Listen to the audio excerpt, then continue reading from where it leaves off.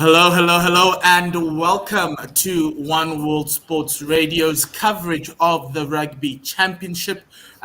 We've been doing a lot of rugby lately. We've gone through the British and Irish Lions series. Now we are in to the next trophy that the Springboks will be defending. Remember, they finished the last time I think we did win the Rugby Championship the last time, and now obviously they'll be defending it because they didn't play last year. It wasn't called the Rugby Championship, it was called the Tri-Nations. So we are live on Facebook, on Twitter, as well as on YouTube, and most importantly as well on 1WSR.com. It's live digital commentary, audio commentary of the game. We do not show any pictures. We just give you our lovely voices, and you can watch along with us and send us through your comments. Remember, you can subscribe to us on the YouTube channel for more related comments. Just like, subscribe, and hit that notification bell button. My name is Mpho. I've got Otto Simon with me to take you through the game. Otto, how are you doing today? I'm doing really well, Mpho. A different kind of nerves here for the RGs against the Boks. It's a different kind of problem to solve for the Springboks. This team beat New Zealand last year in the Tri-Nations, so-called Tri-Nations. I'll put that in air quotes, in thick air quotes. Was a bit of an affront to name it the Tri-Nations, but good to have the Argentinians here in South Africa and in Gqeberha. Am I saying that right? Gqeberha. Yes, Gqeberha, formerly known as Port Elizabeth. They are playing in the Nelson Mandela So that's strike one more British name from our list of cities. Thank you very much. I like that. The best thing about our flag is there's no Union Jack on it. So let's leave that there, and then are you going to take us through the Argentinian team? Let's go through the visitors. The visitors are starting off with, they've only made one change to the team that beat Wales. They've been playing Wales over the past month to get themselves ready. They did play Romania. In the pack, at the top, you've got Nahuel Tetaz Chaparro at tight head, with Julian Montoya, the captain for today, 66 caps, at hooker, Francesco Gomez Cordella at loose head. In the locks, you've got Guido Petty as well as Marcos Crema. Guido Petty scored the last time these two teams played. That was that practice game after the Rugby Championship. Remember, that Rugby Championship was one game each. It was that practice game. He scored a try in that game. Pablo Matera, another man who scored that try, will pack out at open side at flank at 6. Facundo Issa, the man from Toulon, at 7. Rodrigo Bruni, the 8th man, very good back row for the Argentines. The only change that coming in, Felipe Escura, the scrum half of the Jaguares. He played for the Western Force last year in the Super Rugby. He'll be partnered by Nicolas Sanchez in that 9-10 access. Nicolas Sanchez has broken many Springbok hearts before. Hopefully he won't do that again today. Matias Moroni, in his 51st cap, is at the left wing, with Geronimo de la Fuente inside center, and the exciting Santiago Chocobares, who plays for Toulouse, at outside center. And then closing out the team are Bautista Dalgui at right wing, and Santiago Carreras, the man who plays for Gloucester, who debuted in that game in 2019 in Pretoria, the last Rugby Championship game for against the Springboks. In the bench, you've got Facundo Bosch, Carlos Muzio, Santiago Medrano, who's the other tight head prop, Thomas Lavanini, Matias Alemano, Gonzalo Betrano as the scrum off, the reserve scrum off, Domingo Miotti, who is the reserve fly half, as well as Sebastian Cancelleri. Over to you, Otto, for the Springboks. The Boks start at number 1 with Oxenchair, Joseph Gqeberha, his first start for the Springboks. Looking forward to that. At number 2, Wilco Louw at tight head. Eben Etzebeth and Loet de Jager in the lock pairing. Sia, fantastic captain Kolisi at number 6. Kwagga Smith at 7. Jasper Wiese at 8. Kobus Reinach, number 9. Elton Jantjies, the vice captain, at number 10. Apelele Fassi at left wing. Frans Steyn, Jesse Kriel in the midfield, 12 and 13. Sabu Nkosi at the right wing position, and Damian Willemse at 15. And then the replacements: Malcolm Marx, replacement Hooker, Trevor Nyakane, Vincent Koch, Luse Taite, replacements there for the Springboks: Marvin Orri, Marco van Staden in the forwards. Replacements: Dan de Pre, another loose forward in the replacements. Jaden Hendrikse, very excited to see him come on for his first Springbok cap, it will be. And Mornay Steyn. Not sure why Mornay is still there. He did his deja vu thing. Yes. Oh, yes. So it looks. This team looks similar to the team that played the Argentines before the World Cup. Remember, after the Rugby Championship ended, the Springboks played them again.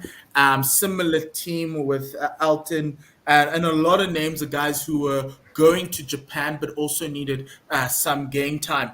Mornay Steyn coming into the side is really important because he needs 8 more points to reach. What number is it? I've got it here. He needs 8 more points to reach 750 career points for the Springboks. We've got some comments already coming through. Anis Mohammed saying, how's it from Gqeberha? And he says the main MP who runs out before the box is a tad intense, eh? Yes, well, he is the soldier, he is the warrior, so he needs to lead the team and step the team going through. So we've got just to remind you what happens to you when you come to South Africa, when you come to the Eastern Cape.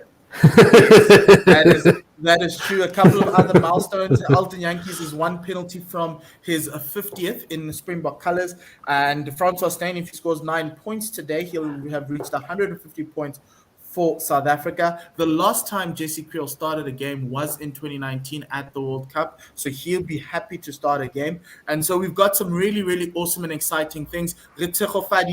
Ox in Che getting his 3rd cap with Joseph Gqeberha as a test debutant, and Wilco Low. A few caps there against obviously Argentina's over 100 and close to 150 caps, but don't sleep on this this front three of the Springboks. They really, really are very good, and they're going to show out. And they also, these guys are looking for more game time as the team goes to Australasia, so they're going to want to show up and shout, because obviously the other guys who aren't playing, because there's 12 changes to this team, have played in the British and Irish line, so we're already and they'll be hoping to push out some of the guys there. I'm excited for Apelele Fassi, Damian Willemse, and Spoon Gossi. Very young backfield for the Springboks, but a very quick and powerful one. We've got some rule changes with the 50-22. If you kick the ball if the attacking team kicks the ball into their own half or into the opponent's 22 on the bounce from their own half,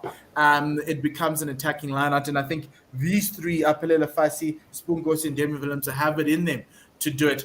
We're ready for the kickoff, Otto. Are we ready to take this through? Rugby Championship on One World Sports Radio? We were born ready, Mpo. Jantjies has got the ball. We are ready to go. Thank you very much for listening wherever you are. Tweet us in. Make sure you let your friends know, especially the expats who are stuck in all of those parts of the world where they don't know what rugby is. Let them know that they can go onto our YouTube channel and they can listen to us live. We are a radio channel, Gogglebox style, so you can watch us watching the rugby, but you can listen to every second as we get ready now for Elton Jantjies. The referee is strutting around. He is making us wait a few more seconds. And he touches his pulse, he touches his watch. He signals now that Elton Jantjies comes forward with the left foot. The ball comes down inside the 22 of Argentina, collected there, and the Springboks are right there. Argentina set up the ruck inside the 22. The ball goes out to the middle. That one is 16 meters from the far side touchline. Springboks playing ref right to left, and Argentina now take this ball into the tram lines. It's collected by the Springboks by Gqeberha, and he comes forward and is tackled in between the 10 meter and the 22 of the Argentinians. Another phase set up by the Springboks. Reinach out to Jantjies, out to the midfield of the Springboks, and they managed to get a penalty advantage here as Reinach sends it out again to, that looks like, no, that's not Kolisi. This one is by Jantjies off the left foot, just dabs it in behind the defensive line of the Argentinians, and they send it out over the touchline, and it'll be a penalty to the Springboks about 5 or 6 meters inside the 10-meter line of the Argentinians, and I venture to guess it will be 3-0 to the Springboks. The referee signals the attempt at goal.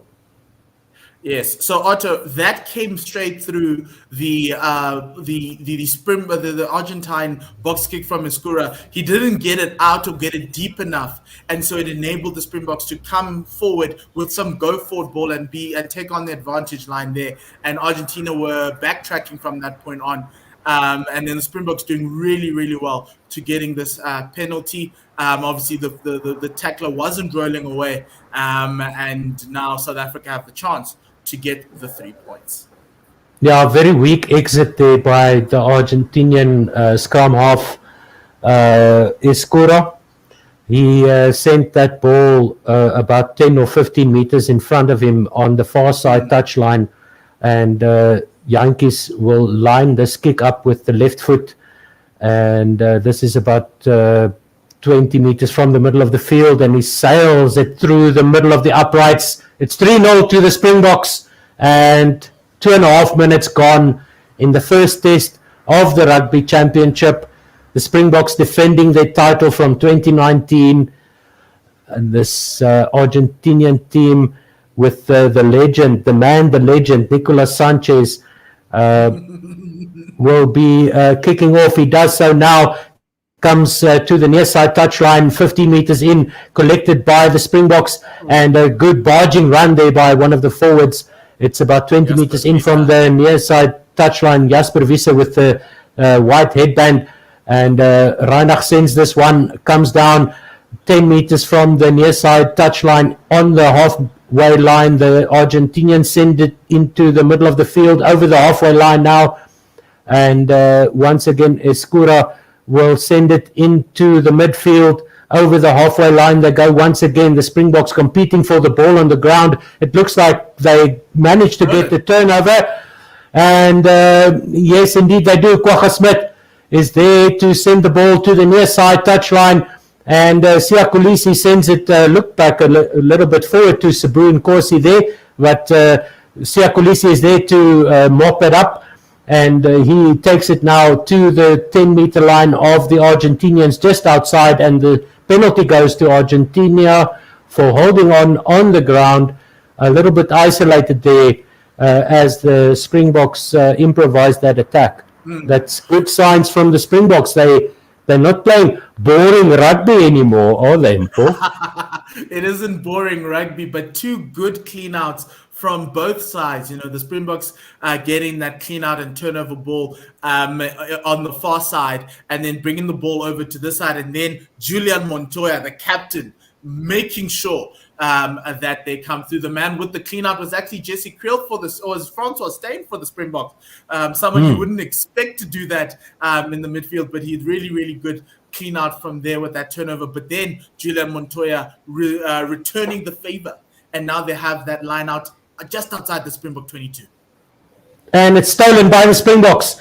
And this is Gqeberha taking the ball into the midfield, about 20 meters in from the near side. No, in the middle of the field. Jantjies sends the ball high up into the air. It's coming down on the far side, 15-meter line. Knocked on by Argentina. The Springboks struggling to control the ball here. They've still got control of the ball, and they have the knock-on advantage. Gets sent out to Frans Steyn, and he kicks this one well down the field into the middle of the park, and it's touched by Argentina. Back over the 22 they come now forward and they kick the ball to the near side touchline inside the 15 meters where Yankees sends this one up into the air. It's going to come down about 15, 16 meters from the near side touchline. Good competition there from the Springboks, but Argentina have it in control. They send it into the middle of the field. Another ruck set up by Argentina inside their 10-meter line. They send it now back into the pocket to Sanchez, who tries to find some touch there, but the referee stops the game. It's a penalty to Argentina inside their 10-meter line, and we'll check for you what exactly happened there. Yes, so the man there was Gqeberha. He was called offside as Nicolas says. The ball came out of that ruck. He was adjudged to have been in front of that lost foot on his, obviously on his side of the ruck. And then Nicolas Sanchez now kicking it out into, he doesn't get it out actually there. And Willems sends this one high up into the air with Farsi chasing this one. Nicolas Sanchez collects, breaks the first tackle, passes to, he's sent a dummy there. They're over the halfway line on the near side of the field, now into the middle of the park. A little bit of juggling there by the Argentinians, and out to the left wing as it goes now into the air, and the Springboks scrambling back to try and get control of the ball. The Argentinians have knocked it on, and so have the Springboks. So it's a scrum to the Springboks on the far side of the field, just inside the 10-meter line of the Springboks, it looks like. So this is very much a different style of play than we saw with the British and Irish Lions. Yes, South Africa being more aggressive with their kicking from their own half, but then it's kind of falling into the Argentines' plan, who are seemingly thriving playing in open play. You saw that little step and turn from Nicolas Sanchez, and ball going through the hands through that back line, and then Matias Moreno with the chip forward, only for him not to be able to collect the ball and fumble it over. And now we have the first test of this test match in the scrum. So let's see how this one goes. And the immediately down. Yeah, so we're gonna have a bit of a reset. Yeah. Wilco Low putting pressure there on the tight head. That is Nahel Chaparro, who went straight down at impact. And so he couldn't obviously hold his weight there. So we're gonna have a reset again. Hopefully the referee will see that infringement. He's now in that side where it might be a little a bit of a battle there, Wilco Low and Chaparro. Yeah, it's inside the 22 of the Springboks on the far side of the field, about 6 meters in either side, and the Springboks a solid scrum. Reinach there, the ball bobbling out at the back, but the referee is going to reset the scrum. It's about 6 meters in from the touchline and the 22 on the far side of the field. The Springboks playing right to left on our screens. There at the Nelson Mandela Bay Stadium in Gqeberha. Yes. Gqeberha. Yes. Okay, I've got that. Okay, so we've got. I'm gonna make it happen. Here. Right. Yeah. Let's see how this one goes. I'm gonna try you with Gqeberha as well, because that's Oxenchair's proper name. Gqeberha. Oh, well, we'll try it one more time as this ball comes into the scrum. Mm-hmm. Very solid scrum by both teams. And it's out to Frans Steyn, who takes it up to the 22 of the Springboks. They're still behind the 22, well behind. Another phase set up there. It goes to Oxenchair, and the Springboks through Kobus Reinach are going to try and set up the box kick here. Reinach sends it high into the air to the far side, and it comes down just inside the 10-meter line of the Springboks. They have control of the ball. Reinach sends it into the midfield here, and it's another kick by the Springboks out to the far side touchline. It's collected inside the 22 of the Argentines, and they will send this one not out. And this will be collected by Elton Yankees with Damien Willemse chasing this one, coming down just outside the 10-meter line of Argentina. Tackled is the player just over the halfway line. The rush defense of the Springboks beaten by the Argentines there, and they go over the halfway line in the middle of the field. Another crash ball up to the 10-meter line of the Springboks by the Argentines. This one is sort of held up, but number 9 has the ball. This time tackled behind the 10-meter line in the middle of the park, going to the far side now, the Argentines. And another good tackle by the Springboks defense, rushing up on the Argentines. It's still inside the 10-meter line of, outside the 10-meter line of the Springboks. A chip kick through, collected by Damien Willemse. He tries to step his way through, but he's brought down well, and there's enough support there to contest. The Springboks have control of the ball in the middle of the park. They send it into the forwards. They go up to about 3-4 meters short of their own 10-meter line, and this time with a little more patience, Reinach sends it out to Yankees with the left foot, going to the near side of the field, about 20 meters out. Ball comes down just outside the 10-meter line of the Argentines. They manage to work it up to the halfway line on the near side of the field. They send the ball back in field to the 15-meter line, where they are gang tackled once again by the Springboks. Behind the 10-meter line now, the Springboks contesting this one. Ball in control of Argentina. This one is kicked into the middle of the field, and Elton Yankees is there. He sends this one to the far side, caught on the far side of the field by Argentina. Over the 22 they go, and they send it up to the middle of the field, where Damien Willemse knocks it on as he goes forward to try and catch a ball on the just to the far side of the middle of the park, outside the Springbok 22. It's going to be a scrum there for Argentina, and let's see if that scrum is as static now as the first one was. So in the last minute and a half, 2 minutes, we've seen both teams trying to see if that 50-22 rule is working, trying to pin the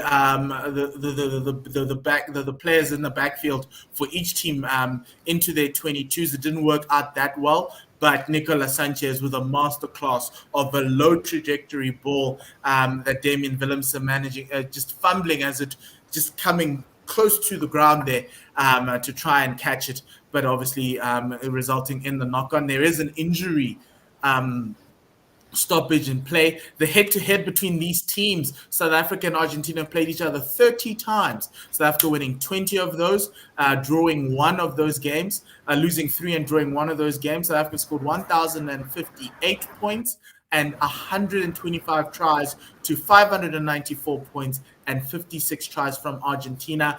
We're going to we have a sight of Mario Ledesma, the coach of Argentina, as well as Jacques Nienaber. That Springbok defense worked in those periods. So it was, and it was helter-skelter for the 2 minutes there. It was a really, really good rugby there. Argentina looking for a way through, looking to induce an error, and an error was induced by the South Africans.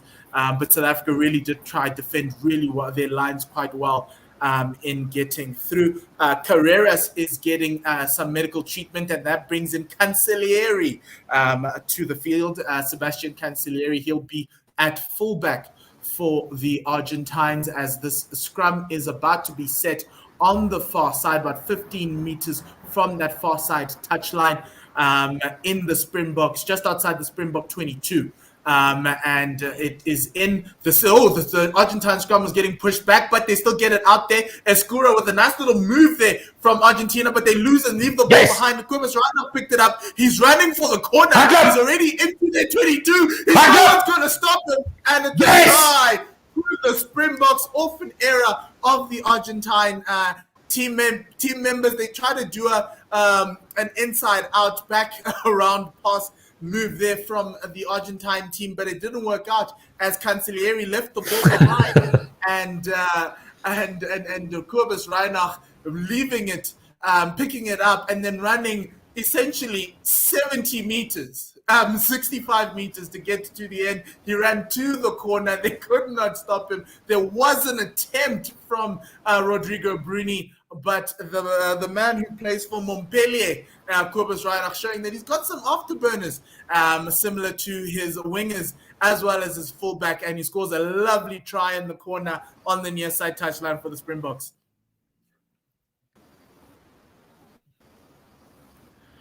So South Africa's score goes up to 8. Excuse me. While we wait for Alton Yankees to take the conversion. He's already at 100% because he scored that one penalty. It is a very tough angle for him, but as a left footer, he'll take comfort into the fact that he's effectively curling it in from that near side touchline. Yeah, so almost 15 minutes gone. The Springboks lead 8-0. Soon to be. And Alton makes it 10. Yes. Springboks lead 10-0 against the Los Pumas of Argentina. So what a 15 minutes gone. Gqeberha. Yeah, Gqeberha showing his pace there. That guy is properly fast.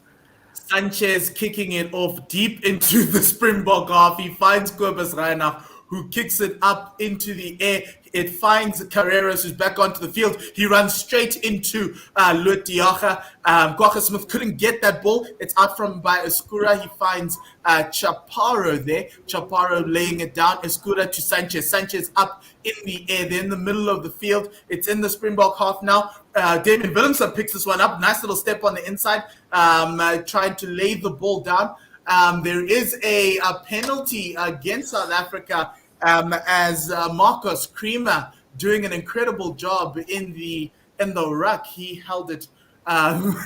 He made sure that he got his hands onto the ball as Willemse put it down. So the Argentines have decided to take the 3 points.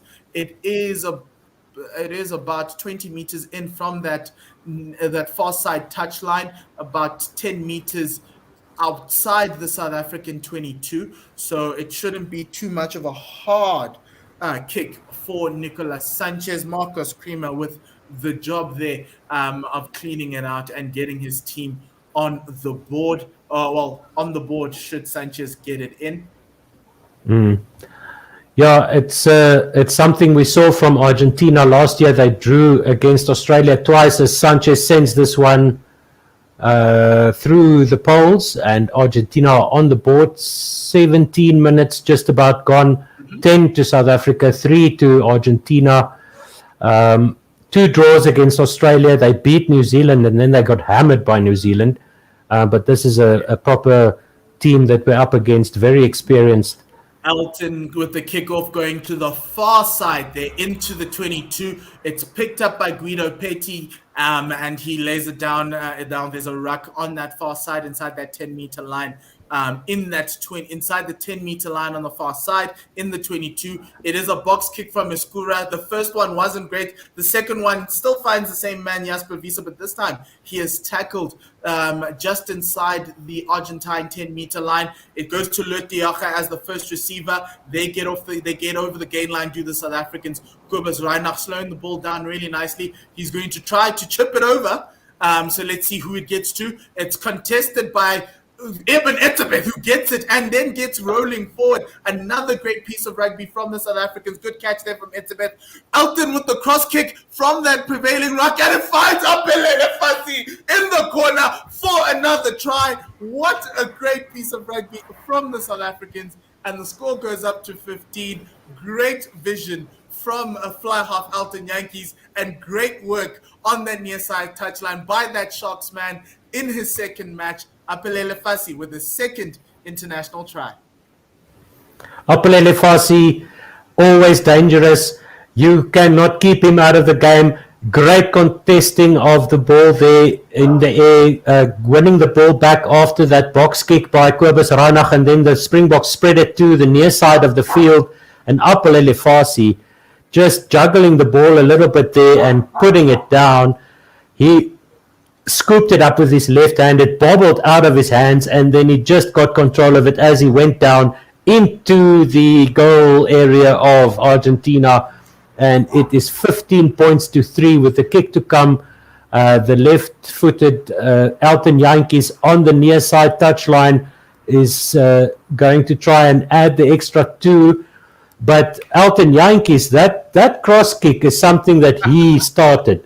That's something that he pioneered. It wasn't something that was part of the Springbok lexicon, but he is the master of that cross kick. And with Apelele Fassi, that easy running style, he just looks like chocolate flowing over. It's like a chocolate fountain. The way he runs just down the field, just all the way to the try line, it's just beautiful. And the fact that Jantjies comes forward now, strikes it, and he pulls it to the right of the right hand upright. But that's okay if the Springboks keep scoring tries like this, putting pressure on the Argentine players now. They've got to chase the game from here. But very good vision. And we've seen Elton, as you said, do it. He brought that cross kick in. He scored the most amount of points in Super Rugby in that last decade, the 2010 to the 2020 decade. And a lot of those came from those cross kicks, finding court on our score sign. The kickoff is done. Lut Diache has the ball. It just inside the Springbok 22, about 7 meters into that near side touchline. We're going to do another cross kick again. It seems to work this time. Apelele Fassi is chasing it down. It is with Carreras who gets it. He gets it to that is Facundo Isa, who broke a few tackles. He's now just over the Springbok 10-meter line, and it's now with Chaparro, and he's tackled by Lut Diache in the midfield. Eskura going to the far side, a little bit of a grubber kick from De La Fuente, and Damien Willemse picking it up, getting it to Elton Jantjies, who can't get South Africa out of trouble. It's back in on the 10-meter line. Nicolas Sanchez, Chocobares, getting it to Facundo Isa. And it is a penalty to South Africa. It's a Joseph Gqeberha over the tackler there. The tackler did not release because Joseph Gqeberha had his hands all over that ball. And it would be a penalty to the Springboks. 15 meters into that near side touchline, 21 minutes into this game. Francois Steyn kicking it from that 22. It is a monster, and it goes to the other team's 22. That's how dangerous he can be. And with that, the Springboks take play and an attacking line out just outside that Pumas 22 on the near side touchline. Really good time, and the first time in international rugby that Joseph Gqeberha will be throwing into a lineout. So let's see how good this one is. Hopefully this one will be a good one for Joseph Gqeberha, and hopefully he can find his locks. But if he misses, remember, it's the locks call that he got wrong. And Wilco Lowe gets the back end of that scrum. Over to you, Otto. And it's into the middle of the field here. It looks like the Springboks have carried this over the 22. It's a pass from Reinach into one of the Argentine players who didn't retreat there. And it's a penalty to the Springboks just outside the 22 just inside the 22, in fact. Yeah, tackling the man without the ball there. The Argentines not living with the attacking play of the Springboks at this point. And Elton Jantjies will send this one sailing through the posts, no doubt. He's going to set the ball down just outside the 22, about 20 meters in from the far side touchline. Springboks playing right to left. Gqeberha with those amazing upper body muscles that he's got, and not quite as accurate as you'd want to be, but accurate enough. And the Springboks... It was his first one. It was all nerves. Yes, that guy. He looks like a tank. It's when you say this guy's built like a tank, then you see the picture of Joseph Gqeberha there in the dictionary. So Elton Jantjies is going to line this one up to get the extra 3 points, and he does so right now for the Springboks, and the score is 18 points to 3 with 23 and a half minutes gone in the first half of the Rugby Championship for South Africa and Argentina. Oxen Chair carrying the ball up there, seatbelt tackle there from the number 8 there, Rodrigo Bruni. The kickoff from Argentina goes to the near side of the field into the arms of Jasper Wiese, who carries it now over the 22-meter line of the Springboks, 6 meters outside their 22. Gqeberha takes the ball for the box kick. The Springboks following up as this one comes down 10 meters inside. Kolisi goes to Gqeberha, who drops the ball on the halfway line. The Argentines have it back. They're on their own 10-meter line, attacking now into the middle of the park to the far side. Good carry there, once again by Bruni. This one is sent out to the far side once again. Rush defense by the Springboks. Very disorganized by the Argentines. They're now behind their own 10-meter line, and they knock it on. And the scrum gets scored to the Springboks, 7 meters in from the far side touchline, 2 meters out from the Argentine 10-meter line. Argentina that was by the Springboks. They are just being mauled by the Springboks at the moment. They've got no answer. They're on the back foot all the time. Every time they try to kick the ball, the Springboks just come rushing back. So play by the Springboks so far, and the Argentines need to find some answers here. They are going to try and assert their dominance in the scrum, but we saw a second shove here from the Springboks in the previous scrum. So let's see if the Springboks have cottoned on to that, and there's an immediate penalty to the Springboks. It's just outside the 10-meter line on the far side of the field. So that was for early engage, I would say, or it was not being able to. It's illegal. Well, he's not holding his own weight. He literally got into contact with Wilco Louw and he dropped like a stone. Couldn't hold his weight. And Wilco Louw showing us the great scrummager he is against Nahuel Tetaz Chaparro, who played for Benetton. In that final, that Pro 14 final where the Bulls just got taken out. But you can see that his elbow is on the ground there, knees on the ground. Well done, Wilco Louw. And Francois Steyn with a very interestingly long kick on that far side touchline. He is a right footer, so it works for the South Africans. So I can see, you can see the South Africans obviously on the near side. Alton takes it. On the far side, it's Francois Steyn. Oh, and he hooks it past the left-hand upright. Frans Steyn never had any problems with the distance. But I think that one should have gone to Yankees maybe, or maybe put that over the touchline, as we see Nicola, the man, the legend, Sanchez, kicking this one far downfield into the near side, 15 meters in to Yankees, who sends it up into the air, into the midfield.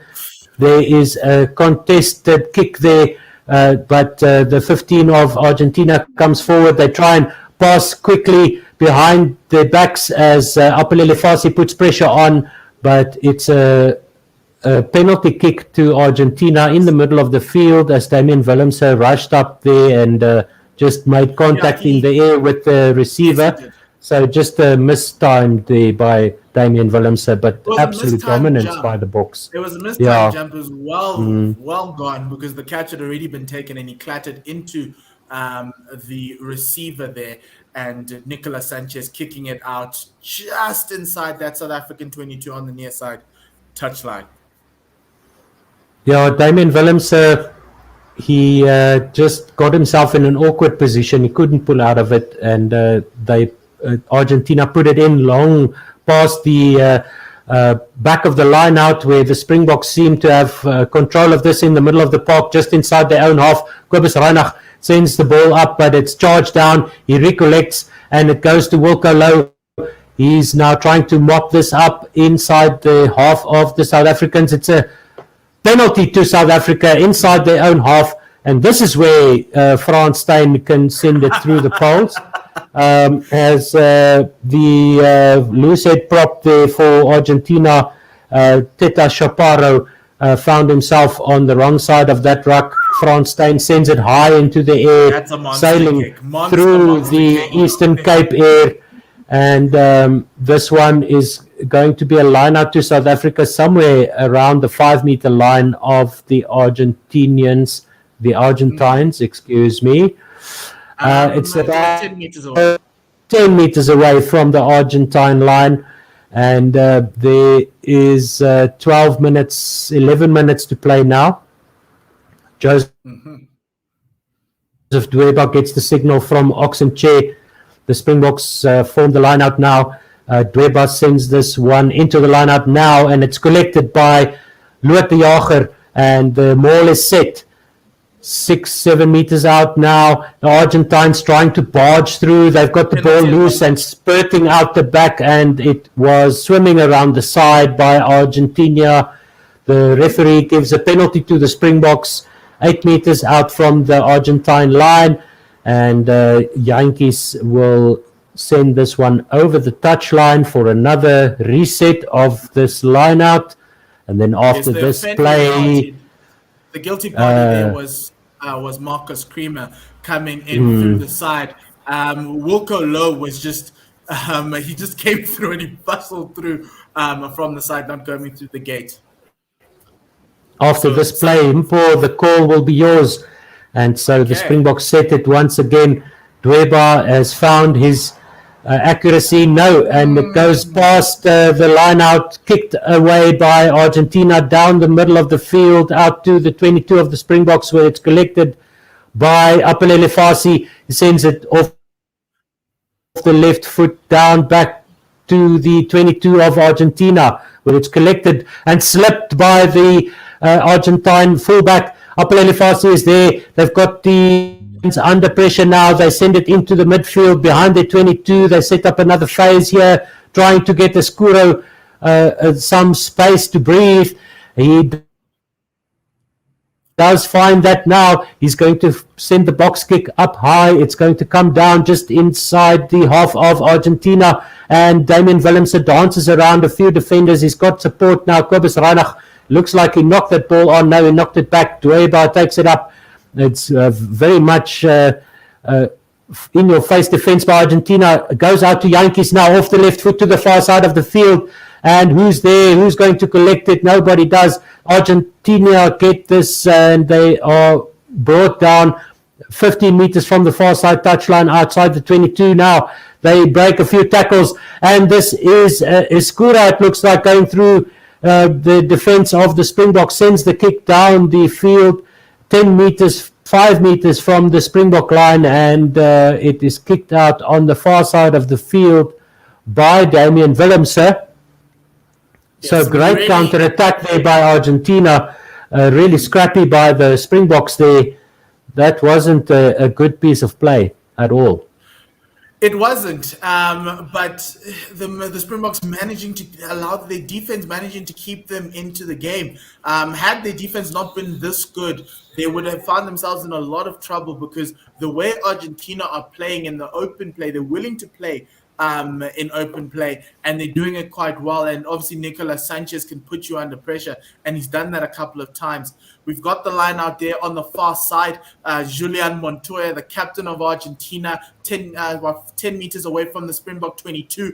And it is a maul. No, it's not. It comes out with Issa. Issa gets it to De La Fuente. De La Fuente, good tackle there from Alton Yankees. It's pulled back by the Springboks. Sia Kolisi with the tackle there, the man pulling that ball back. But Francois Steyn kicking the ball out. And now Argentina have the ball again. Montoya there in the midfield, trying to reestablish a base there for Argentina to attack from Escuro to Guido Petty, getting it to Chaparro there, and they make it over the gain line. Now they have about 30 meters to the Springbok try line, and the ball is left behind, but it's picked up again by Nicolas Sanchez, who gets it to Rodrigo Bruni.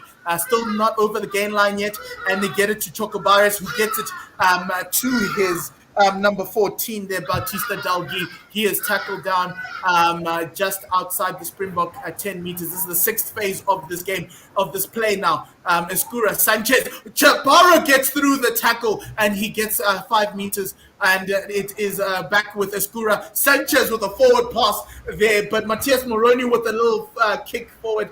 And the referee brings it all the way back for a penalty to Argentina. They were racking up the phases there, and they've managed to come out with the penalty. Gqeberha Smith, seemingly the man who is in trouble there. Looks like he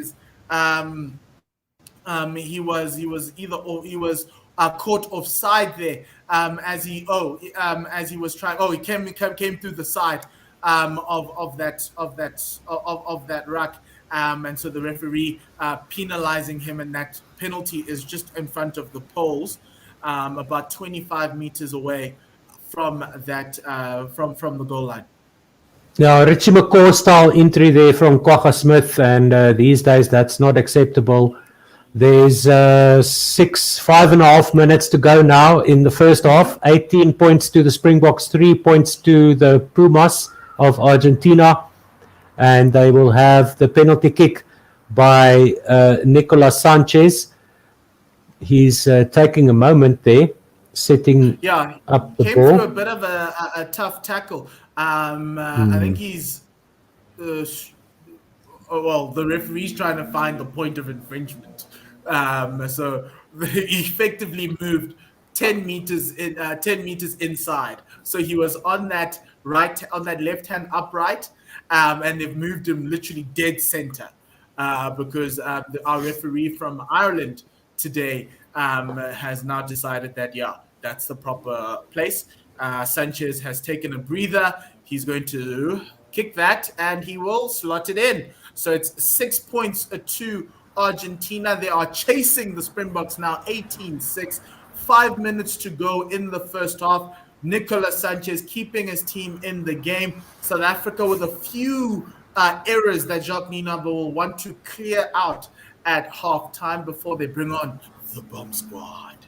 But before then, Elton Jantjies has the ball, and he's going to kick it high into the Gqeberha night sky, into that 22. Escura getting that ball really lovely there, but he's held up by Gqeberha Smith.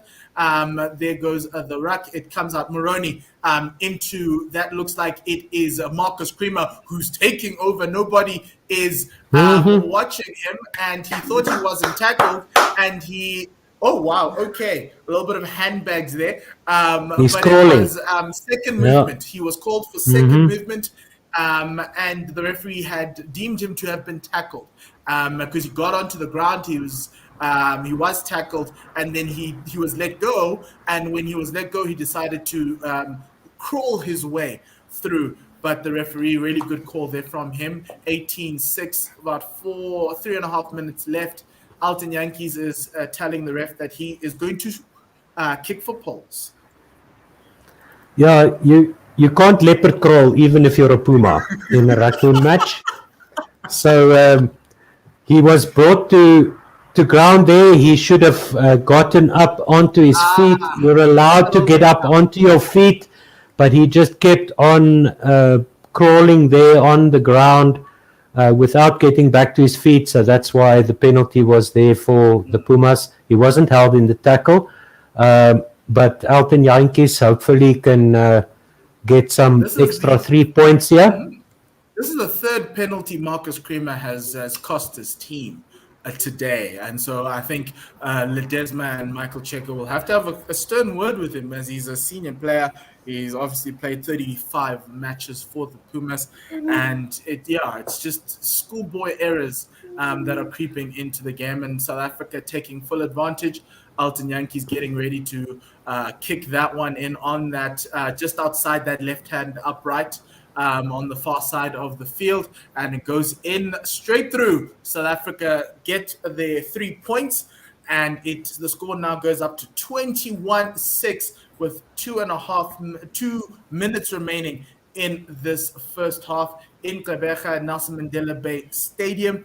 and Nicolas Sanchez in Argentina will be hoping to get something before the half ends. This one goes high into the air, does not reach the Springbok 22, but Gqeberha getting it really nicely. They tackled there by De La Fuente, presented really nicely for the Montpellier scrum half of ours, Kobus Reinach, who's had a great time with the Springboks so far, coming in for Faf de Klerk, who's been injured, and he did a great job in the British and Irish Lions tour. The ball is up in the air with the up and under, and it was brought back, but the referee is sending play back to the kick for an infringement. Wilco Low was in front of the kicker, and so it will be a penalty to Argentina. The question is, what will they do? Wilco Low has apologized to his teammates. It's good to see the referee call that out because, when the scrum half kicks from that back position, yeah. Yeah, normally they don't do that for the forward players, and it was really good because obviously the forward players are the ones who shield. And Wilco Low just kept on going. That's not good at all. You've got to wait for the players to put you on side if you're in that tight five. It will be a line out to Argentina 10 meters away from the South African try line. Marcus Creamer with that first line out jumper, that early jump there, and they are mauling their way through. Montoya with the ball. It has disintegrated. It's a 3-man maul right now. The Springboks are trying to get themselves back in, trying to get themselves through the gate. Facundo Issa at the base of that maul. Use it once is the call from the referee. It is now. Escura's out. De La Fuente as the first receiver this time, not Sanchez. He has tackled by Francois Steyn. It comes out from Escura. It goes to Gqeberha, who gets over the gain line. Gqeberha, the ball comes out from Escura to Montoya. He also just on that gain line is tackled. The Springbok defense is very strong today. But it is a penalty advantage for offside. That the referee has called. Escura out to Sanchez. Sanchez with a little bit of dummy inside, but the South Africans are no fools there. They tackled him. 2 men tackled him in that one. Escura getting that ball out, and the referee has stopped play. We will take the penalty for Argentina. The penalty wasn't an offside; it was off feet at the ruck. Francois Steyn was the player who was called for that. And could this be the last play of the half? Montoya is getting a bit of an understanding as to whether if he kicks the ball out, he'll be able to play it back in. No, they've decided that actually we're going to go back into the hut after this kick from Nicolas Sanchez, which is dead center, 10 meters away from that Springbok try line. Dead center, like literally, he doesn't even have to take a full run up. It's just a couple of paces back, and they'll take it. De La Fuente is on the floor. Facundo Issa is actually the one who's getting some assistance from the medical staff. He's up on his feet, and to take us to halftime. For our halftime listening, there's a full quota podcast that will be playing. We're talking to the South African women's under-19 coach. That is Denisha Devnarain, as well as she's the SA Women's Emerging Coach as well. Sanchez has scored that 3-pointer, that penalty, and so the score goes up to 21-9 as the teams go into the hut. We'll be back in about 10 to 15 minutes for the second half of this Rugby Championship game.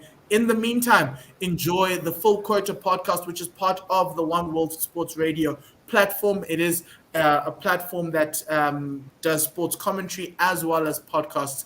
And so this is what we've done this week with the team. I hope you enjoyed, and we'll see you in 10 minutes' time. Worth listening to.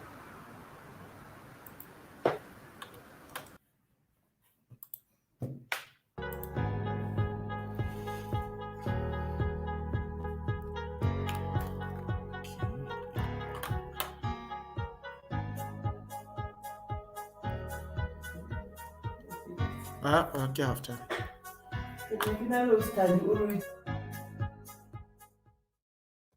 Hello, and welcome to the Full Quota podcast.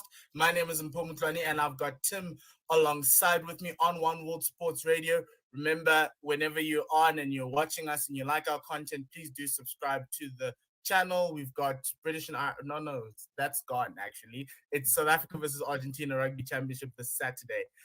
Some live digital commentary with a watch along, and you can talk to us. So that's going to be quite cool. But today we have a special guest. We have a conversation with one of the leading ladies in the South African women's circuit. She's the national under-19 head coach and also the head coach at the National Academy, Gqeberha. We've got her coming up. Tim, I just wanted to check how you're doing. And there was some news coming along the pipeline with the Proteas team being announced to go to Sri Lanka. Any surprises there? No, I don't think there's any surprises there. It's the usual suspects, but the one positive is that Dwayne Pretorius is back. He's clearly fit and ready to go. I think that was in some sense a missing jigsaw at the side.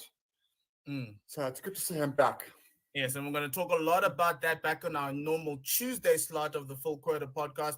We're going to be doing Tuesday and Thursday slots coming along the pipeline as the domestic season starts. We've got some good guests in and around the South African domestic circuit that we're going to be talking with as the season starts. September is normally cricketing season. Sun's out, not a lot of wind, just beautiful, beautiful pitches being laid out, and that's what we love, and that is the game we love of cricket. But let's get ourselves going. Let's bring in Danisha to discuss her career in sport and also her role as the CSA under-19 coach and also the head coach of the emerging team that's going to be playing against Thailand in a month's time. So let's get her on and let's get chatting. Hi, Danisha. How are you doing? Hi, Mpo. Hi, Tim. Yeah, thank you guys for having me on. Really appreciate being here. So yeah, thanks a lot for having me on the show. Yes, we should actually be thanking you for taking time out of your busy day. I'm sure it's quite a lot busy with the emerging tour happening in, I think, in less than 20 days' time. So thank you very much for your time. Danisha, we just wanted to have a chat to get to know you better. Our listeners are really avid women's cricket followers. I actually got a WhatsApp message right now with a question, which I'll ask later. But I think, Danisha, let's start from the beginning. Obviously, you played 51 times for the South African women's national side from 2008 up until 2016. The first question is, how did you get into cricket? Were you always a cricket lover, or did you pick it up at school? Yeah, I think obviously my first interaction was cricket. It wasn't the normal one. I was actually a proper fan for soccer. I loved soccer. So I grew up in Johannesburg Springs, and I played a lot with the boys. So it was just soccer. We host soccer tournaments, and it's just soccer. And then it so happens to be that the Cricket World Cup started, and there was this buzz around the Cricket World Cup. And I asked, what's the sport about? And do only guys play the sport? And at that time, women's cricket was unheard of. So my dad said, yeah, he assumes that it's a guy sport. And I promise you, from the moment I heard that, I was like, there's no way, that has to change. So I went to the carpenter next door, and I made him carve me out a cricket bat out of wood. And it's probably not nice to say now, but we used a potato, right? And I'm very sorry that it had to be a food item, and we taped masking tape over that.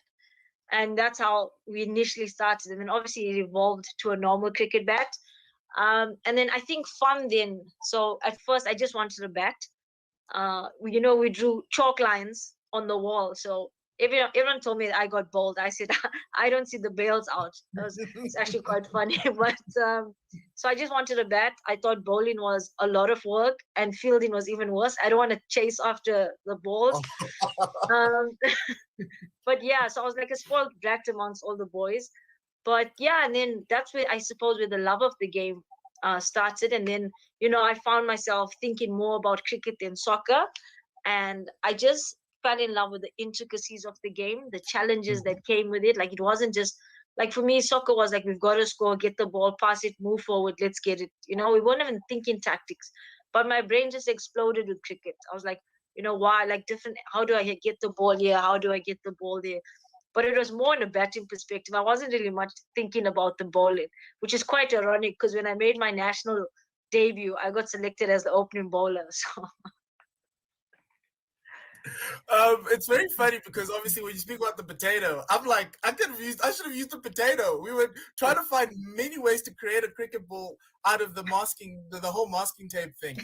We ended up, I think, covering a tennis ball with it, and it just had too much bounce. But I get you. I'm with you there.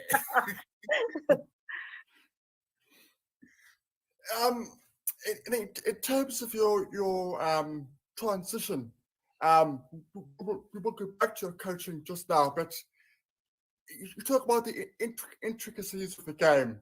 Was coaching always something that you wanted to go back on?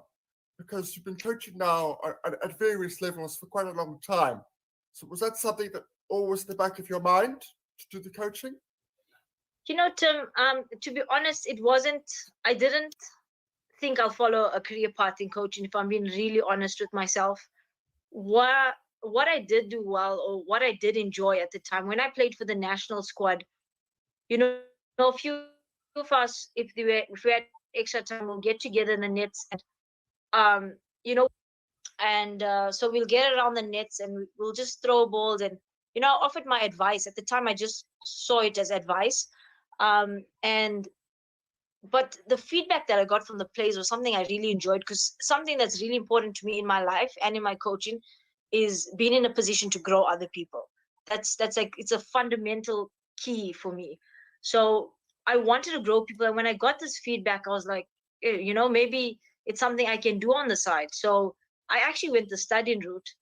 After high school, I went into university, and I got my financial management degree, and then I did coaching in schools.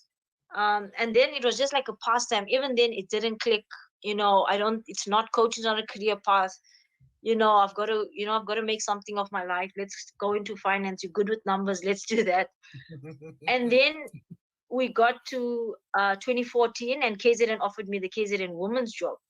But I was unaware of the fact that coaching was just fulfilling my life. It was, I felt like I feel like I found my purpose.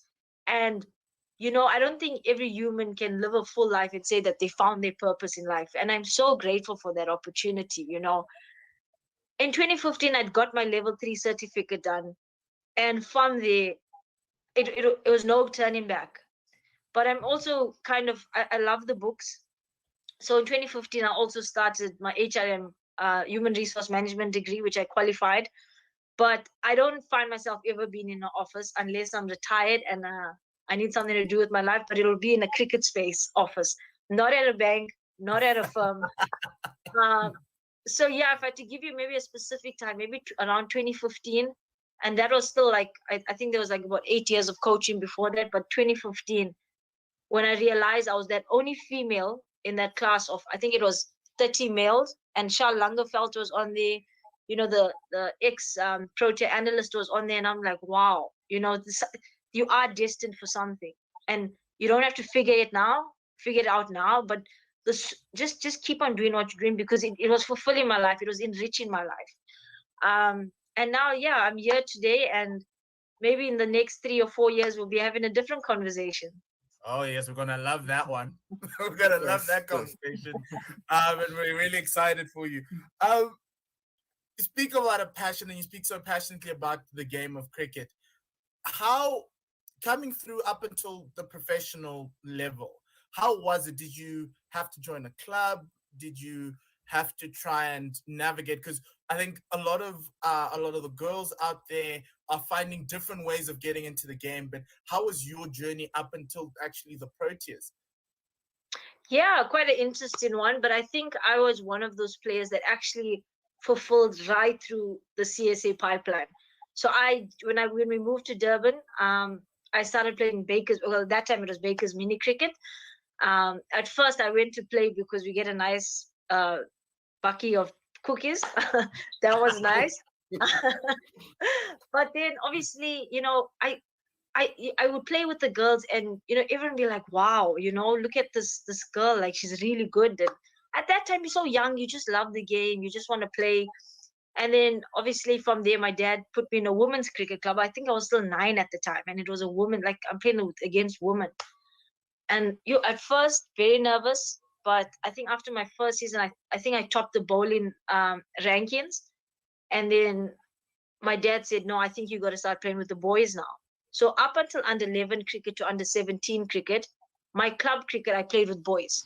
So, just in terms of clubs. But through that, obviously you perform well and people identify you. And I went for KZN schools.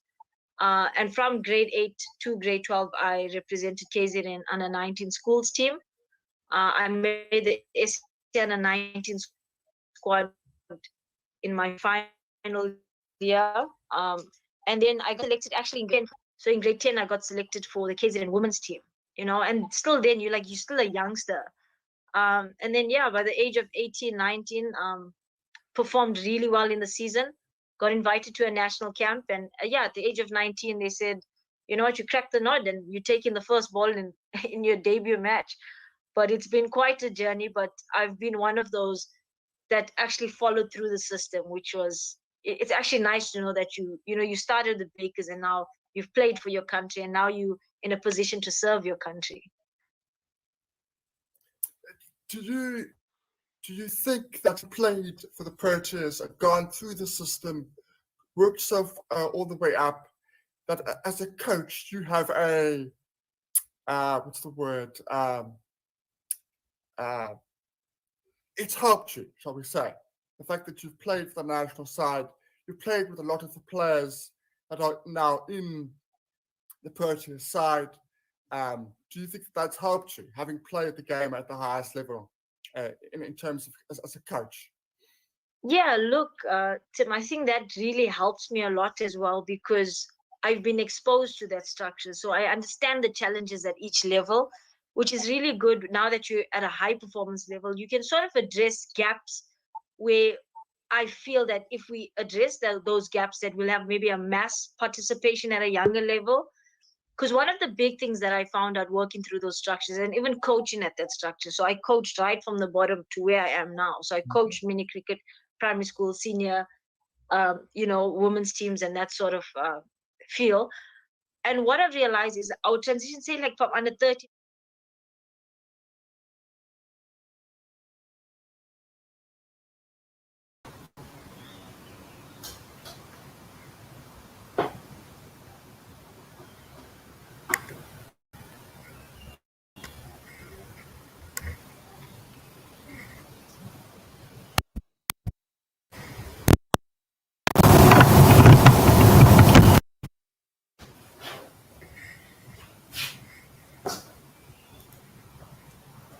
Oh, sorry. Welcome back to One World Sports Radio, second half of this match between the Springboks and Argentina. To that podcast with Dinisha Devnaren. It's live on our YouTube channel, YouTube page, yes, as well as also available on our SoundCloud and also Apple Podcasts. So just search One World Sports Radio and you'll find it there. Really lovely interview. Really, really happy that Dinisha is the SA Under-19 and SA Emerging Women's coach. She has so much passion going on. But before we go through, let's talk about some comments. Carly Lowe says, Otto, you're distorting. Move your mic away a little bit. Nicholas Binger says, don't talk too much. I am waiting for the clash between the Black Machine and the Springboks. That's coming up in like a month's time. That's coming. And then Spec Rally says, Otto, smoking on screen, hardly very wise.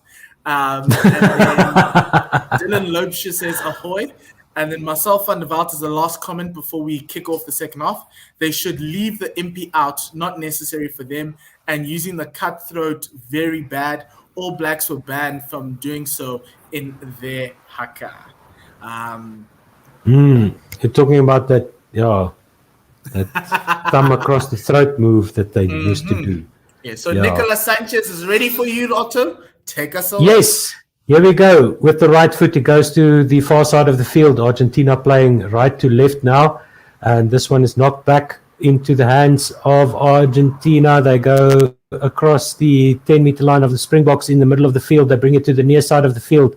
Tackle made there by the Springboks in the middle of the park. Ball available for Argentina. They go through the forwards. Tackled there in the middle of the park, going to the far side now, Argentina. And they've got the ball at the back of the ruck, sending it through the back line, but very static, standing start, good rush defense by the Springboks. Ball coming now to the near side of the field, back to the middle of the park, out still in Argentina's control here. They try and muscle their way past the 10-meter line, which they do so now. And this one is in the midfield, carried up by Argentina across the 10-meter line of the Springboks. Bit of a flat pass there, but the referee lets it go. This one goes to the middle of the park once again by Argentina on the 10-meter line of the Springboks now. Ball is recycled and it comes back out to the scrum off into the 15-meter line. Across the 10-meter line of the Springboks they go now, and approaching the 22 are Argentina. Good front football here, back into the pocket for Sanchez, and he kicks a drop goal, but it bounces short, about 2 meters short of the goal line, and Damian Willemse sends it out with the left foot on the far side of the field, about 10 meters in. No, that was Elton Jantjies. About 10 meters in from the Springbok 22, Argentina will have a put into the line out. And they approach the line out now. Decision to go for the drop kick with 10 phases going in. Springbok defense was still very good, but Argentina were getting over the gain line. In the first half, they got over the gain line 40 times. The Springboks only got over the gain line 26. So they were getting success just breaking through and getting over. Just really baffled by that drop goal. I think that was an advantage call, but let's see. Argentina now have the ball from the line out. The Maul was sacked immediately into the midfield. It goes now. Springboks contesting, but they concede a penalty. Argentina have a penalty 15 meters in from the far side touchline, just inside the 22 of the Springboks. It's a penalty for going off your feet in the Maul, in the ruck. Okay, so he got over the ball. He didn't get it. He thought he had it, and then he played the ball away while he was on his knees. While he was on his knees, that is an infringement, as you'd get. Very clear, very easy. If you're a ref, those are the ones you want to call. Yeah, and the ref was right there. It was it was an easy call. So far, the Springboks have got to think about what they did in that first half and the way they played there, because Argentina are sneaking back into this game. That one goes over. It's 12 points now to Argentina, 21 to the Springboks. Argentina 9 points behind the score now. They're creeping back here. The Springboks need to score next. Slowly but surely, Argentina are getting back into this. Remember, this is their first game in their start of their international rugby calendar, as we see Joseph Gqeberha having played 43 minutes in a Springbok debut, getting off the field, and guess who comes on? Malcolm Marx. It's really tough for the Argentines. They can't get any respite, even off of that Springbok bench. Yeah, this one off the kickoff, sent back by Argentina, collected by Jasper Wiese on the halfway line of the Springboks. He makes it almost to the 10-meter line of the Argentines. Reinach out to the midfield there. The Springboks have possession inside the half of Argentina. This one out to Elton Jantjies off the left foot, goes up into the air. It comes down 15 meters in the far side of the field, outside the 22 of Argentina. Knocked on by Argentina, collected by the Springboks. Reinach goes to Lotte Jager in 20 meters in from the far side touchline, well held up by Argentina in defense. They're behind the advantage line. It's a knock on by Elton Jantjies as he collects that ball from Kobus Reinach that sort of drifted away from him, but he knocked it on, and so Argentina have the ball inside their own half on the far side of the field, just inside their own halfway line. Those sort of things happen in any rugby match. It's Yeah. it's So a we're tough going one back to for that first Elton. knock on. Yeah, so we're going Yeah. back to that first knock on. So just a lot of butterfingers happening now at the Nelson Mandela Bay Stadium, and the Springboks will have to put into the scrum as some of the medical staff come on to try and give them a little bit of some instructions and a little bit of water. Yeah, so Argentina haven't played in a month. This is their first test match since they beat Wales at the Principality Stadium 33-11 in Cardiff. They are effectively this is their first proper test match in that month, and so they'll get better as the game goes by, and then also continue to get better as the Rugby Championship goes by. Look, last year they drew against Australia twice, and they beat New Zealand. They got hammered by New Zealand in the last match, but they beat New Zealand. They did beat New Zealand. So this is not a bad Argentinian team by any stretch. Yeah, no, nothing, nothing bad about them having them beating New Zealand the first time in 30 years last year. It would give them a lot of confidence, especially as both South Oh, Africa what and a Argentina. scrum. The Springboks just dominating the scrum there. Forward kick by South Africa to get Apelele Fassi in there once again, but just a little bit of handball, hand polo there, maybe, I don't know. But the referee gives a penalty to the Springboks outside the 22 of Argentina, 15 meters in from the far side of the field. The Springboks will kick for goal. Yankees will surely add 3 more points here and 3 more points to his tally. Yes, it was another scrum penalty against Chaparro, and so Kobus Reinach having the great presence of mind to grubber it through, hoping to get Apelele Fassi. Nico Sanchez's save there on the line enabled that penalty to be called, and so the Springboks will take the 3 points, that penalty. It's about literally on the 10-meter line on the far side, about 5 meters outside the Argentina 22. Complete dominance by the Springboks in that scrum. That was good to see. And no doubt the next time Argentina might want to think of not knocking on the ball, the Springboks might knock it on purpose just to get another scrum after that one. Because the Springboks just pushed the Argentinians to pieces there. That was beautiful. Yankees lines this one up. He's going to line it up now. He's going through his pre-kick rituals. He steps back, comes forward now with the left foot, strikes it, looks good.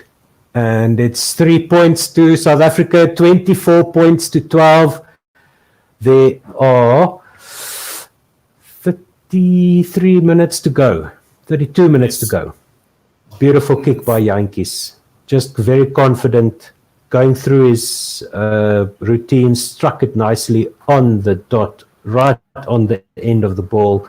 Kickoff here by Argentina, collected by Jasper Wiese just outside the 22 of the Springboks, 5 meters in from the far side touchline. Springboks playing left to right on the screen. And this one is just lined up for the box kick from Reinach. It looked like there were players in front of the ball, but the referee doesn't pick it up. Collected by Argentina just inside their half, 50 meters from the far side touchline. They send it infield. It's an advantage to Argentina there. I assume that would be for offside by the Springboks. And Argentina kick the half-hearted box kick there, but they've got the advantage, and the penalty will be given to Argentina looks like about 10 meters inside the Springboks half, 10 meters in from the far side touchline, about 2 or 3 meters into the Springboks half. Sure. Yes, that penalty was because I think there was a contest there, and Apelele Fassi went up with, it looked like it was Nicolas Sanchez, and Apelele Fassi didn't come away with the ball, nor did Sanchez, but he was adjudged to have taken the player in the air. Actually, no, it wasn't. It's actually a knock-on from Fassi. So it will be a scrum to Argentina on the halfway line. 5 meters onto that far side. And this one comes out on the Argentine side, despite the big push by the box. Brought down 20 meters in from the far side, just over the halfway line go Argentina. They've still got control of the ball. And Nicolas Sanchez sends this one straight into the hands of the right wing there from South Africa. But South Africa have a penalty for a high tackle. And it's in the middle of the field, 1.5 meters inside South Africa's half. So this is Frans Steyn for 3, surely. Yes, Marcus Gqeberha again adjudged for another penalty. 4th penalty has cost Argentina today for that high tackle. And we've just gone over 50 minutes into the game, and Francois Steyn is going to come out and give us his big boot. While we wait for that, let's go through some comments. Fussbait Essay says, tuning in from Las Vegas, can't watch the game here. Hope the Boks stop with the kicking game and play for an off and attacking game with the backline. And then Henny Janssen says, "Kom no me bokkies." The Springboks have done this kicking game, Otto, but it seems to work because it looks like that's a weakness for Argentina, and South Africa managed to get some go forward ball from being able to contest with those. Yeah, and when you've got those players on the wings, Sabu and Corsi and Apelele Fasi, those guys have got serious wheels. So you can put the ball in the air, and when the ball comes down, they need to be there. They need to contest. That's the key. So when you kick to get the ball back. Yes. And the Francois Steyn experiment has gone to the left of the left upright, and so it won't go in. Marcus Gqeberha has been taken out, and now Thomas Lavanini comes in, 5th for his 60th cap for Argentina, as Nico Sanchez does a 22 dropout. Jasper Wiese gets the ball on the halfway line. He is tackled by Pablo Matera, and it is presented to Gqeberha just inside that Argentina half, in 7 meters from that far side touchline. It is a box kick. It's knocked forward by the Argentines. Elton Yankees has the ball. He lost control of it, and so the referee decides to take the ball back for the knock-on. Eben Etzebeth isn't happy about that, but he's saying it in the most respectful manner, always with a smile. Retsecho Faditwe Nche, also known as Ox, is going to come off at tight head, and Trevor Nyakane, who is probably the world's most versatile prop, is going to come in for his in his stead, and also Vincent Koch is now onto the field for Wilco Louw. So we're seeing some bomb squad action coming through. Fussbait SA, we've got an injury to Jasper Wiese, who's had a very good game. Says, true, but kicking away possession all the time is not good. It's tough to win the game with no possession. That is very, very true. I can't argue with that on that one. Hans Steyn says, kom nou essay, hou op om los te speel. Die Pumas gaan nie lê nie. So, that's true. Yes, so it says, come now, SA, stop playing very loosely. The Pumas are not going to lie down. Assuming easily, but they aren't lying down. They're just always fighting. Argentina just plays with that passion. And they found a way to get a style of rugby that works for them with that passion. They're very forward dominant, very good in the rucks, and then when they get go forward ball, if they can unleash that back line, it could be curtains for whoever is facing them. Well, you can ask New Zealand about that. They beat them last year. Put any of these Pumas players into space, and they will run. They will just run and punish you. So the scrum has gone, and it has gone sideways, not forward. And Vincent Koch giving that is Chaparro a lot more trouble, like Wilco Louw did, and so the referee has decided to reset it. He doesn't want it to go sideways. He wants the contest, so that's very good to see. So let's just see if they will The pack weights of right now with the bomb squad coming in, 903 to the Springboks, 927 to Argentina. On that 22-meter line, 10 meters in from that far side touch line. Can the Springboks get this advantage? They've been good in the scrums all day. Now, obviously, with the replacements, can they keep up that advantage? And there's a very strong shove. It falls down.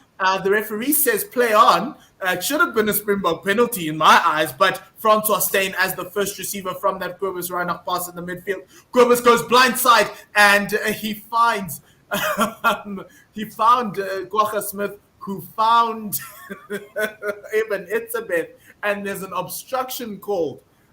Because Gqeberha Smith coming in crash ball, Eben Etzebeth not knowing where to go, and Gqeberha just ramming straight into his lock partner, and it is an obstruction called as Iskura comes off the field. Bertrano coming on, and then you have De La Fuente, Geronimo De La Fuente coming off, and Sebastian Cancellieri coming on in the midfield for Los Pumas.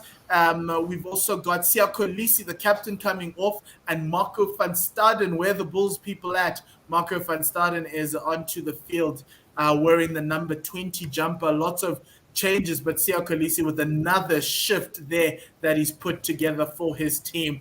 He'll take some well-deserved rest. Remember, him and Eben Etzebeth and Gqeberha are the only three members who actually came from the British and Irish Lions tour and started this game. So much deserved rest, much needed rest going forward, as well as obviously looking at that Australasian leg of the Rugby Championship. Mark Smith on YouTube says, let's show them our skill set as well as our power game. Thamma Cornelius says, Za Bayadanki.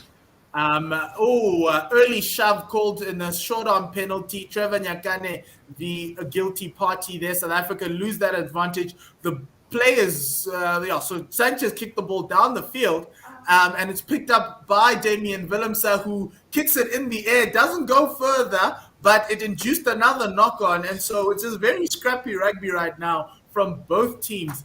It was Thomas Lavanini who couldn't catch that ball, and it will be a knock on the Argentina 10-meter line, and it will be 12 meters from that far side touch line. Great contesting from Apelele Fassi, inducing the error. Luckily, because Jasper Wiese in the ensuing play also knocked the ball on. So he just knocks and knocks and knocks. It looks like this ball is slippery, even though the last time it rained in Gqeberha was on Thursday. And so, just handling errors coming up. 10 in this match, 6 for Argentina, 4 for South Africa. Scrum is ready to be set. And let's engage it. It's engaged. It's moving sideways. Referee has stopped, and he's bringing them back because it looks like these two packs of front rowers are not giving each other an inch here. Not at all. And this is what you expect from Argentina. They like the scrummaging part of rugby, and so do I. It's been a dominant performance by the Boks so far. They haven't had many scrum penalties, but they really put Argentina's front row under pressure. All of the pack of 8 have been thoroughly outmuscled. So this is an area where Argentina can strike back. This is their last chance. I think if they don't dominate us here, we're going to win this match. There have been 4 reset scrums. This is dead set and dead center. Nobody giving an inch. The Springboks with a small shove, giving that go-forward ball onto the blind side. Alton Yankees taking through the tackle. He's tackled by Bertrano. Jasper Wiese coming in on that far side. He gets that ball from Reinach. Now the Springboks are in that Argentine 22. Malcolm Marx with the ball. He places it down to Marco van Staden getting over the gain line there. Kobus Reinach into Jasper Wiese, who's always been everywhere in this game. Really good game from him. He gets over the initial tackle, but he places the ball down as well. A nice little pass to Eben Etzebeth in the midfield now. Kobus Reinach going to that open side, to the far side. touchline. It was Malcolm Marx, the main carrier there. The Springboks are 12 meters out. Gqeberha Smith as a one-off runner, getting through that initial tackle and over the gain line. Malcolm Marx again with that ball. He was seatbelt tackled by Bertrano. Then we've got the next one, Jasper Visa, trying to get through, but he is tackled very gainfully by Matera. Advantage to the Springboks, who move the ball very quickly through the lines on that near side. Jesse Creel not being able to get it over to the open Spoon Kosi. But either way, the Springboks still have the ball. They are pushing to that 5-meter line there. Reinach into Malcolm Marx, who is on into the midfield. It goes out wide. Francois Steyn looking to try and break through the Argentine defenses. He cannot. Cobus Reinach again, he's been tackled. The ball's been pushed out of his hands by Guido Petty. So it'll be a penalty to the Springboks, and they were going to go back again and for an offside call against Argentina. It was number 8, Rodrigo Bruni, the 8th man, who was caught offside in that play from the Springboks. Do you kick here, Otto, or do you go for the corner? Well, it's a mute question right now. He's gone for the 3 points.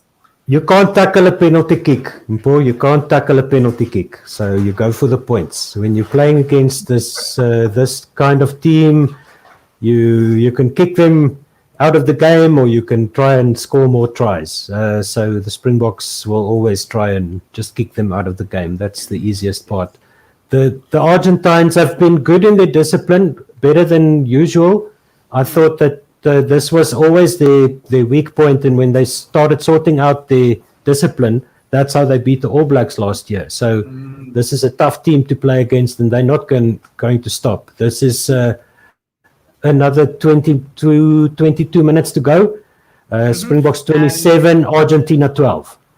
Yes, Elton Yankee slotting that kick. It was just on the inside, on the right-hand upright on that far side, and he kicked that very nicely into a goal. And Nicolas Sanchez restarts again. Apele Lefasi, the man underneath the ball. It's a little bit of a bobble, but it goes backwards for the Springboks into the 22. Jasper Visa, the man who cleaned it up. He's just everywhere today. And somehow he's mauling it all the way through that Argentine. And because of his reluctance of not going down, he was held up by 2 men. And Argentina have forced the ball onto their side because the ref did call it a maul. And it was Chapa. It was number 18 there, Santiago Medrano, who was the man who held up Jasper Visa in the tackle and turned that ruck into a maul. And the rest was history. Actually, not that ruck, but that play into a maul, because he just couldn't get those knees down. And well done to Argentina. They have a scrum just outside the Springbok 22, 5 meters from that far side touchline. Jasper Visa is a bleeding man there. His right eye is filled with blood there, but that's what we want to see from our Springbok Warriors there. Muzio, the front row of Argentina is now all changed. Carlos Muzio is in, Facundo Bosch is in, and Santiago Medrano is in as they get the ball out of that scrum. And the first receiver there got tackled. That was Nicolas Sanchez. Rodrigo Bruni gets the ball in the midfield. Good tackle by Gqeberha. Bertrano with a quick ball. Sanchez with the grubber. He couldn't get it through. Damien Willemse picked it up. He grabbed it back into the Argentine half, and it rolls all the way out into the Argentina half on the 10-meter line. Very good defense from the Springboks, getting that ball back and also winning that territory game there. 27 to 12, 60 minutes in. Argentina put the ball into the line out. It's flicked out into the midfield here by the captain, Montoya. He goes up to his own 10-meter line. The ball pops out at the back for number 8 of Argentina. Takes it into the half, just outside the 10-meter line. Kick now downfield into the 22 of the Springboks. And it's Damien Willemse who sends this one up into the air. Comes down 6 meters in from the near side touchline. Collected by Argentina. They flick it back inside. They're carrying the ball now over the 10-meter line of the Springboks. And the ball goes to ground in the position of the Springboks. Now kicking the ball back down to this near side of the field. The ball goes trickling out There, it's collected by Argentina inside their 22, and they send the ball over the touchline. Let's see where the referee's assistant sets this line out. It's going to be 50-22 there. Nearly. I was wondering if the kickers are actually going to go for it, because it's a bit of a dodgy thing with the oval ball.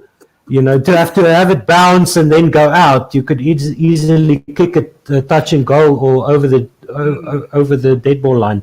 So Jasper Wiese is leaving the field now. I think that is for either a concussion test or a blood replacement. And Dan de Pre is on the field. So there's 18 minutes to go. And Malcolm Marx has the ball for the Springboks. Is that inside their own? No, that's outside the 22 of Argentina.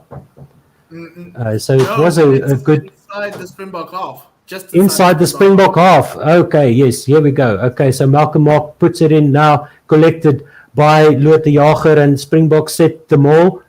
Malcolm Marx has the ball at the back. The referee is surely signaling use it once, because the Springbok maul is not moving forward really. Now they go up to 2 meters from the halfway line. The Argentines will try and get control of this ball, but Gqeberha has to take it out, and he does.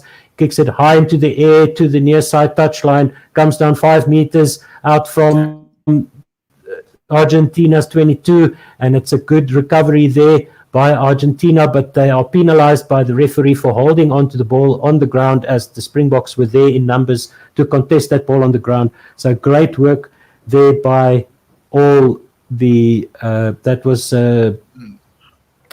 Sabun Corsi there. Yeah, a massive difference with this kicking game is the pressure the chasers have put on Apelele Fassi. Damien Willems and Spoon Corsi have always managed, and that one was good because Spoon Corsi went for as soon as the catch, as the receiver got the ball and got onto ground, Spoon Corsi tackled the player, and that obviously led to the penalty. The penalty was because of that double movement. The ruck was formed, but the Argentine player felt that Spoon Corsi missed his tackle and he could run off. And so luckily for him, the Springboks get that ball. But Alton Yankees has messed up that penalty. It went over the in-goal line. And so now Argentina had a 22 dropout. Yeah, and Dan de Pre takes this one 20 meters in from the far side touchline, goes up to Yankees in the middle of the park. He sends it up to the near side touchline. Ball bounces inside the field and goes over the line. So it was touched there by the Springboks after it came down, it looks like, because it's a line out to Argentina inside their 10-meter line. So it's a bit of a defensive line out, but a good recovery of possession there for Argentina. It's tough for them to get their hands on the ball. The Springboks have dominated possession. Yeah, this one goes to the front of the line out, knocked back down to the man throwing it in there, the hooker, Montoya, the captain, and it's over the touchline. He gets shepherded by the Springbok defenders, muscling him over the touchline. So that will be Springbok put into the line out.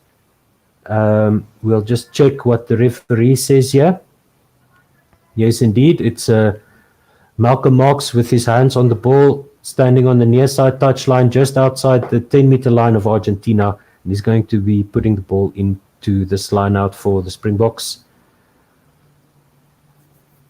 He goes with the throw in now, and it's tapped back by Argentina into the hands of the Argentinian forwards in the back line, and they get tackled now. Oh no, they get the ball out to the far side, and Argentina have the ball over the halfway line. They go to the 10-meter line of the Springboks now on the far side of the field. The ball comes back inside. Good defense by the Springboks just inside their own 10-meter line. The Springboks defense is set now. This Argentinian side are trying to move the ball through the hands out the back and tackled not quite behind the advantage line there. Argentina come back into the middle of the field inside the Springboks half forward pass there by Argentina, and they quite scrambling in their attack, but they are moving the ball back and forth. Now Nicolas Sanchez has shoved Cobus Reinach in the face. So we'll see if there's some backlash about that. That's unfortunate. That's never nice to see.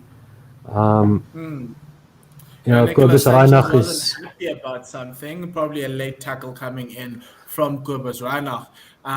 But Argentina, again, just getting rushed here by that Springbok defense.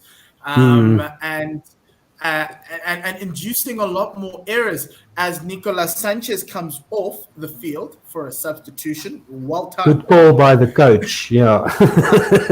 And it brings in Domingo Miotti, who's going to sign for Glasgow Warriors for next season's Pro 14, also known as the Ultimate Rugby Championship. And he played for the Western Force last year, also a member of the Jaguares. Remember, the Jaguares are effectively gone extinct with the changes to Super Rugby and the South African franchises moving to the north. Yeah, that's an interesting thing as we see Gqeberha Reinach speed there with that first try down the near side touchline, and some highlights of his play. Yeah, he's our third choice scrum half. So this is really cool to see that we have so much depth. You need at least 35 players to win these type of tournaments. And South Africa is yet to see the talent that is Jaden Hendrickse, who is, many are calling him a Farid Dupree-esque type of a scrum half. So we're probably going to have a wealth of scrum halves in South African rugby right now. Penalty advantage for the Springboks out of that scrum. Yeah, as Francois Steyn takes this ball on the near side touchline over the halfway line, the ball goes into the Springbok backline, but it is foiled there by Argentina, rushing up and putting their defenders in between the Springboks, unable to get the transfer there. 27-12 to the Springboks, 13 minutes to play. There's a penalty here to the Springboks. We'll see what they do with this one, as on comes Marvin Ori. He is going to be replacing Eben Etzebeth. So that is effectively the end of the game as a contest, but let's see how close Argentina can get. Okay, a lot of people who probably support Argentina will be like, no, there's 13 minutes left. But Marvin Ori is no scrub. He's a very good lock, probably your sixth best lock in South Africa. Good to see him getting games. He got a game in that SAA match early on. A lot of the people who played in this game played for SAA and also played the first game against Georgia. So good to see guys getting some game time. Marks to the Jager. They set the maul, do the Springboks. The ball is back in the hands of Malcolm Marks. And Gqeberha Smith now also joins the maul. The maul of the Springboks, 15 meters from the near side touchline, crosses the Argentinian 22. And they've still got the ball in the air, in the maul, moving forward, do the Springboks. The Argentine players have managed to disrupt this a little bit. There's an advantage out for South Africa. They are inside the 10 meters inside the 22 of Argentina on the 50-meter near sideline. The ball goes into the midfield for the forwards to crash it up. And this one goes to Yankees, who tries to muscle his way through the defense. He does not. They still go to the far side, 50 meters in from the far side touchline. Jesse Kriel gets it within 20 meters. Marvin Ori goes within 15, and then Gqeberha Smith gets tackled and he loses the ball forward. Argentina clear their lines, but there's an indication from the referee that he wants to stop the play right there. I think the Springboks had an advantage there. Yes, we're going to go back to that penalty advantage out of the maul. There was a side load. There were two players from Argentina getting a side entry into that maul. Guido Petty, the number 4 lock, was one of those guys. But great play from the Springboks. Great play from Gqeberha Reinach, who's had an incredible game today. He found a little bit of a gap snapping around the ruck. And Marvin Ori with a nice little move and a nice little handoff to Gqeberha Smith. But Gqeberha just couldn't get a hold of that ball, and he just collided with Bertrand. And Elton Yankees has decided that he's going to go for a line out on the 5-meter line of the in the Argentina half. So the Springboks going to apply pressure from the scrum. Malcolm Marx with the ball. Hopefully this will be a good line out. And it's contested and Lutiaga gets it. The maul is rolling, ladies and gentlemen, with 10 minutes to go. Malcolm Marx at the end. Referee giving the call of use it once because it's not moving and nothing else. He is going to call it, and Malcolm Marx peeling off of that maul. He's crawling to the line. Is he over? No, he's not. It's still on the line there, but it's out. Given to Vincent Koch, who gets tackled just also meters from the line. Reinach going deep to the Yankees. Yankees getting it to Jesse Creel, who's smothered tackled by 2 Argentine players on the 5-meter line. They're going to that blind side on the far side, and it is Dan Dupree who can't bury through, but it goes far, and it goes with a skip pass by Gqeberha into that blind side channel on that far side. And guess who gets there? Aphelele Fassi with a catch over the top and rolling in for his second try of the match. South Africa have found another gem at wing in Aphelele Fassi. Great presence of mind and great vision from Gqeberha to see the Sharks man in that channel. He had to skip 3 players to get to the ball to him, and he had like a few meters of space there to get him through, and he tiptoed his way into that try line. Really good score from the Springboks. Yeah, look, if you have guys like that who can finish like Aphelele Fassi can, you give them the ball as much as you can. When you've got the chance, just send it to those guys. They will make it rain all day, every day. This is beautiful by the Springboks. Yes. Good balance of play. Yeah, okay, as so well. we're going to have a referee review of that try. I am assuming they're going to look at that final pass as to whether it was forward or not. Welcome, Johan van Zyl. Ethan Stevens asking where can we see the game live. Well, I think we don't know unless if you have a South African package. We're a radio station, One World Sports Radio. Remember, you can like and subscribe to catch more of us. Please do subscribe and also hit the notification bell. You'll be notified via email when the next time will be coming through. We've got a TMO check of the try. We're just trying to figure out what the referee's looking for. In that, is it a double movement that they're trying to get? No, from Malcolm Marx's initial shove. No, that's good. But we'll have to just wait and see what the referee is looking for. It is mostly in that initial movement from Malcolm Marx off the maul. It did not cross the line, and it wasn't a double movement, but we're playing it on. And referee calls no try for a double movement from Malcolm Marx. And so we're going to have to change the score back to 27 to 12. And the Springboks have to run all the way back 50 meters to the Argentine try line. Argentina have a penalty because of that double movement that Diego Miotti will get to clear out. He's just receiving the ball right now for that double movement. And on his 5-meter line, he kicks it out and he doesn't clear. It's out inside his 10-meter line, the Argentina 10-meter line. And Hoofsien is on the field, the hero of last week in Cape Town. Morne Steyn is back onto the field to guide the Springboks home. Jaden Hendrickse is getting ready to come on for his debut. He is actually already on the Sharks scrum off wearing the number 25. Remember, he comes in for an injury to Herschel Yankees. And so this is going to be very exciting 8 minutes for the young man as he makes his debut for the Springboks.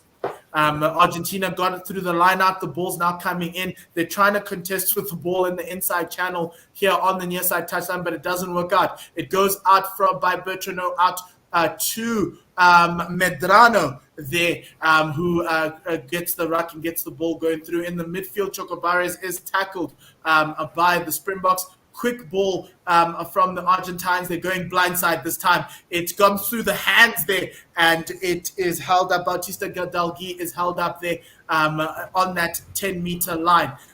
They're trying to move her through a few more phases. Argentina, intercept possibility didn't work out for Francois Steyn. He just ended up knocking it on. Referee calls it back. There's another intercept there from Apelele Fassi, but the ref has to call the game back for that initial penalty or knock on. From Francois Steyn. He's not happy about it because he was in with a shot. Miotti with the skip pass, a very scary hospital skip pass there. Luckily for him, Francois Steyn can't bucket it into and it was just a knock on because he went in with his chest and both his arms onto the ball and just missed it. So he was clearly trying to catch it. He wasn't just knocking it down, knocking it forward. So good work there. So and Apelele Fassi would have been in. Yes, we've got a scrum in the middle of the field, just outside the 10-meter of the Argentine, in the Argentine half. And there's a bit of a shove here from that scrum from Argentina. Penalty advantage given, and a penalty is given to Argentina. Really, really interesting. Very good shove there. We've been waiting all day for Argentina to show us their strength from the pack. Really good shoving from Medrano, and Argentina take that penalty kick. It's gone out into the Springbok half, about 5 meters from that 10-meter line on the near side touch line. Some good scrummaging from Argentina there, Otto. Just like it took them 75 minutes, but they've now gotten to life. You could see the tight head of Argentina. They're putting the shove in, and you could see a few bodies popping up from the Springbok scrum on the other side. So good scrummaging there by Argentina. Facundo Bosch is now onto the field. Really good line-out throw. Rodrigo Bruni getting it at the base of that line-out. He runs through a few tackles, gets to the 22 of the Springboks. Matera getting the ball on the inside from Bertrano. He broke a tackle, but his offload didn't work out well, but it still went backwards. Argentina with the ball. Bertrano getting it to his forwards there, and the ball's popped out. Mornay staying with a lucky kick there, but it's Argentina still get the ball. Miotti has the ball. It's still like 5 meters outside the Springbok 22. Lavanini coming over there with that ball, and then it goes to Alemano. Miotti with a quick pass there to Carreras, and also now Cancellieri, who's trying to find an angle in. Nobody seems to want to tackle him. He's made his way into the Springbok 22. Finally tackled down, and the pass from Bertrano so bad that it's a knock on. It lands in the Springbok side, and more Francois Steyn. Go ball! No! Away from his It doesn't go out, but it's picked up 10 from the Argentine try line. But I think it looks like the touch judges adjusted the ball to have gone out. That oval ball really worked for Francois Steyn there. Really good defense from the Springboks. Let's see. Great exit. It bounces right on the line, and then it starts to roll in field, and it bounced on the line inside the 22 of Argentina. So Francois Steyn kicked that from his own 22. Siya Kolisi jumping up and down next to the field, saying to the ref, "Come on!" Oh no! No. It bounced on the line, as you mentioned, Otto, and the touch out on the full. Yes. Oh. It's called out on the full. It was a monster kick. But the Springboks lose all those meters, and they're back in their 22. Of course. Now trying to defend their goal line with a scrum. That's a very poor call from the touch judge. Very poor call. The ball did not touch the line at all. But Francois. It might have been one white painted blade of grass that stuck out and just was moved by the ball. So now I'm very confused. Sense has prevailed. I think they've gone upstairs and they found that the ball actually didn't touch the line on the first bounce, but it did on the second bounce. So the Springboks get a line out, or Argentina will have a line out in their own. So it's the box. The box, Yeah. so that was a penalty now that Yeah. the Springboks had, and so they've kicked it out. So lots of confusion happening in Gqeberha, but Marco van Staden is not confused. He's broken through 2 tackles. The bus has been full for 2 of those tackles, and Jaden Hendricks down in the corner on his first game in his debut, picking up off of a loose play. A very good sense of presence there from Morne Steyn to get it to his scrum half, who had pretty much a few meters to make into that near side touchline, and he makes it through there. And Jaden Hendricks, 4 minutes into his debut, scores a try for the Springboks. That was just amazing. It's just so good to see the Springboks playing together. The backs, the forwards, the ball just never got onto the floor. Marco van Staden crosses the 22, bumps off 1 tackle, bumps off a second tackle, goes to ground by himself, but the support is there, and then the ball goes to the far side, and Jaden Hendricks just dots it down as he dives over the touchline, just goes in there like a winger. That's a good try. That's a good finish. Morne Steyn acting a scrum off there, very good presence of mind for him. We're now reached the World Cup final score, ladies and gentlemen. We've reached 32-12. There you go. As Diego Miotti, with 1 minute to go, kicks it up into the air. It's in the middle of the Springbok half. Jesse Creel acting like the lock there, picking the ball up. Jaden Hendricks with a nice little bullet pass to Morne Steyn. Up and under again. Under pressure. Spoonkosi, with a knock on there from that catch. But the referee said play on, and Jaden Hendricks gathered it to Morne Steyn. Morne Steyn with a grab, with a kick looking for the corner, but it was picked up by Carreras there. He gets it to Matthias Moroni, who we haven't seen all throughout the second half there.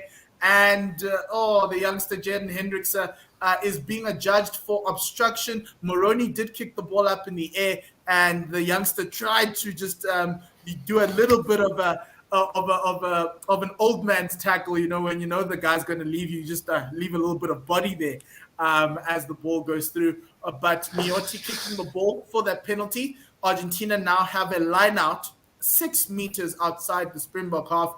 Can the Springboks deny them to keep the bonus point in this Rugby Championship? We saw New Zealand hammering Australia 57-22, and the Springboks are going to try and preserve that bonus point right now. It is 80 minutes gone. Thank you for the comments. We see Johan van Sale saying, well done, boys. Alex J saying, wine, cigarettes, awesome commentary team. Love it. Facundo Bosch was probably the last play of the game. It's a line out for Argentina. They're going to maul it. And Bosch has the ball at the back. The line out is the maul disintegrated, but Medrano having the ball there. Bertrano gets it out. First receiver is Alamano, who gets over the gain line. They're on the 5 meter line. Nice little pop pass to Medrano from Bertrano. They are 2 meters away. It pops out. It's a knock on. And you could say it is the end of the game for the Springboks. It is 81 minutes gone, and the game ends at 32-12. The referee calls the game. Thank you for all the comments. Otto, first game of the Rugby Championship. What are your final thoughts? Argentina, a very tough opposition for the Springboks. We've struggled against them in the past, but this time the Springboks show that they don't have one team, they don't have 2 teams, they have 3.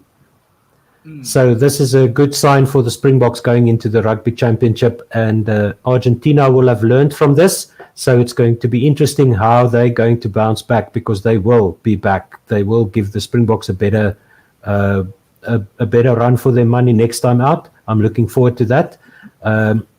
Thank you very much, everybody, for listening. Subscribe to our YouTube channel. Let's go. Let's just run through some comments before we go off. Mark Smith says, Jaden, you beauty, Sharks boy. Fussbait SA says, well done, boykies. Hans Steyn says, mooi gespeel, maar julle sal nie die tipe rugby teen NZ of Australië speel nie. And then we've got Johan van Sale. Mark that comment. Mark that comment. That's not That's true. very talented. Yeah. We'll see. We'll see. And then Johan van Sale Ons sal replied to Hans sien. saying, just so Hans, maar eerste keer in jare wat All Black worry. Yes, it's the first time in years that the All Blacks will be worried. Fastbait says, lekker. Thank you, gents, for the commentary. Vanessa Webb says, well done, Booker. Johan van Sale, well done, Mpo and Otto. Next week, boys. Yes, we'll be back next week. Bye, Donkey 38 Sai, Fundy Rugby, Yella Esquire. And then thank you for your commentary. Much appreciated. Everybody, please do like and subscribe to our channel. We'll be back next week, but the most important thing is put on that notification bell so when we do go live next week 10 to 5 for the Argentina home game in South Africa of this Rugby Championship against the Springboks, you'll be the first to know. Till next week, thank you very much, everybody. Please do tell your friends, let everybody know that One World Sports Radio brings you rugby radio in a more modern way. But until then, have a good night, goodbye, and lesale kakagisa.